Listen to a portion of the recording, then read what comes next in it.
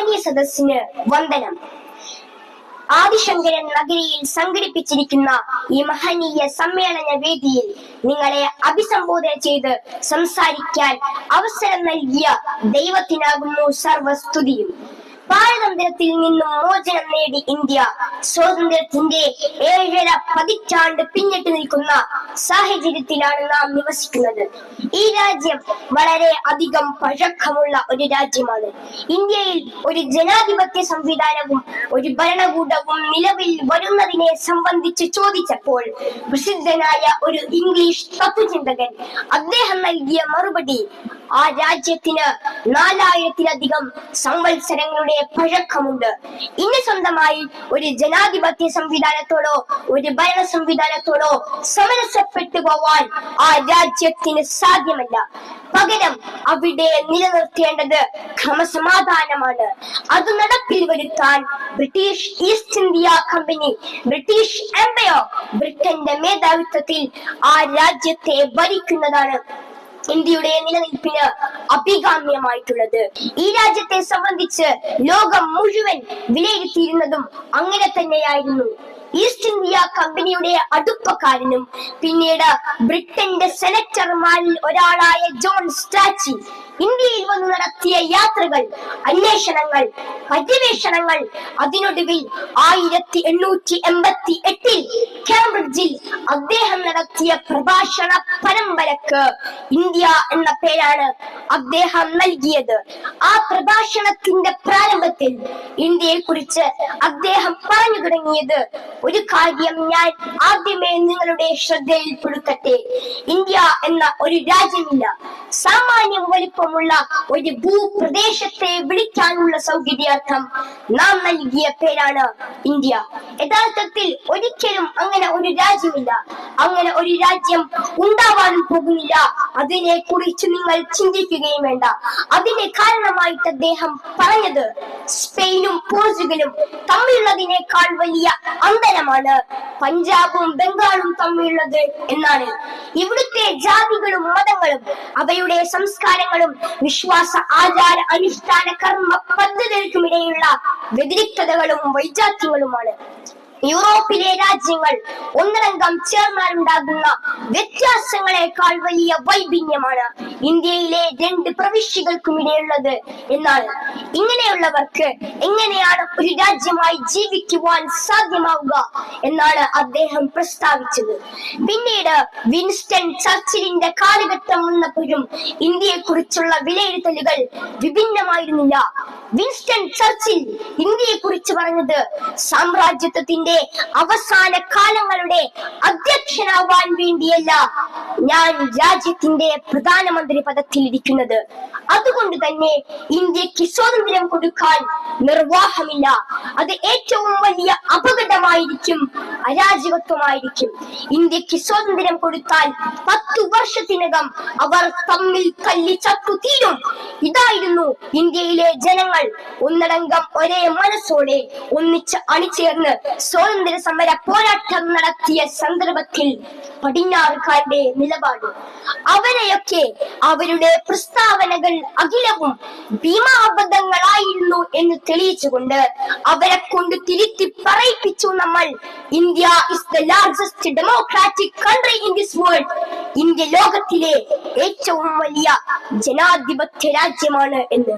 ബ്രിട്ടന്റെ അധിനിവേശത്തിന് ശേഷം ഇന്ന് വരെ ഈ രാജ്യം നേടിയെടുത്ത സർവ്വ നേട്ടങ്ങളും പുരോഗതികളും പരിശോധിക്കുമ്പോൾ എണ്ണിയാൽ ഒടുങ്ങാത്ത ഒരുപാട് നേട്ടങ്ങളുടെ ഏടുകളുടെ ഭാരാവാരം കൊണ്ട് ഭാരത മഹാരാജ്യം സമ്പന്നമാണ്.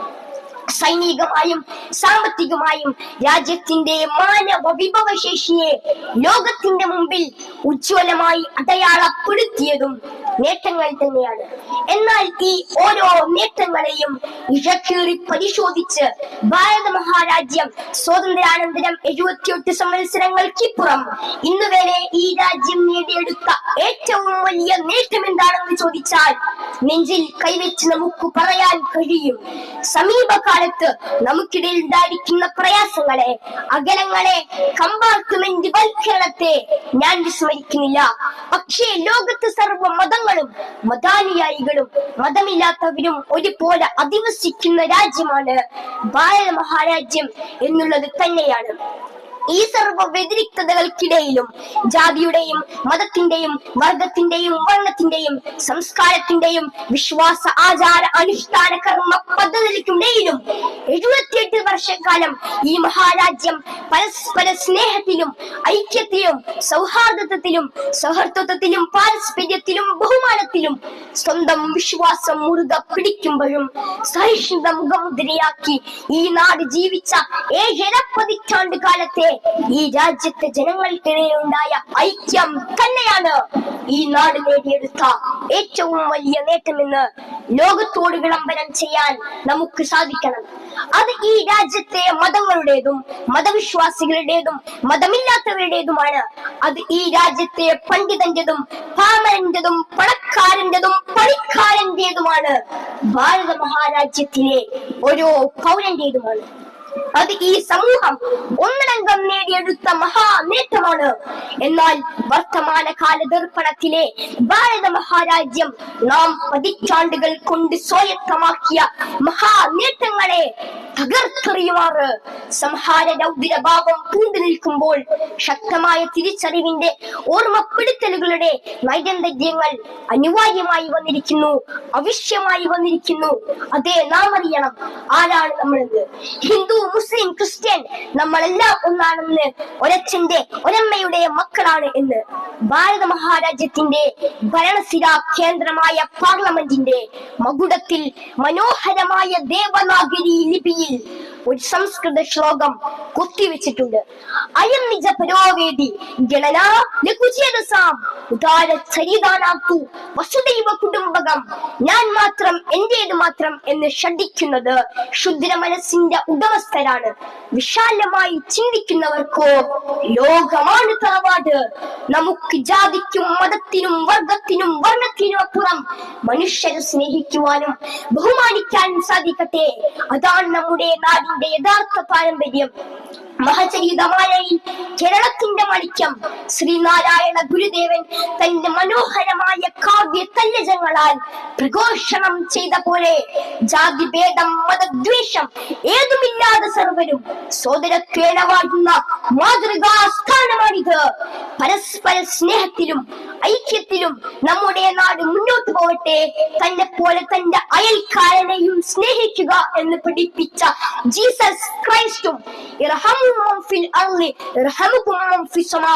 ഭൂമിയുള്ളവരോട് നിങ്ങൾ കരുണ കാണിക്കുക, ആകാശത്തുള്ളവൻ നിങ്ങളോടും കരുണ കാണിക്കും എന്ന് പ്രഖ്യാപിച്ച പുണ്യ റസൂൽ സല്ലല്ലാഹു അലൈഹി വസല്ലമയുടെ സാരോപദേശത്തിലും ഇവിടെയൊന്നും ജാതിയും മതവും നോക്കി അകന്നൊഴിഞ്ഞു മാറാനുള്ള പരാമർശങ്ങൾ, പ്രഖ്യാപനങ്ങൾ നമുക്ക് കാണാനാവില്ല എന്ന പരമാർത്ഥം നാം ഗൗരവമായി മനസ്സിലാക്കുക.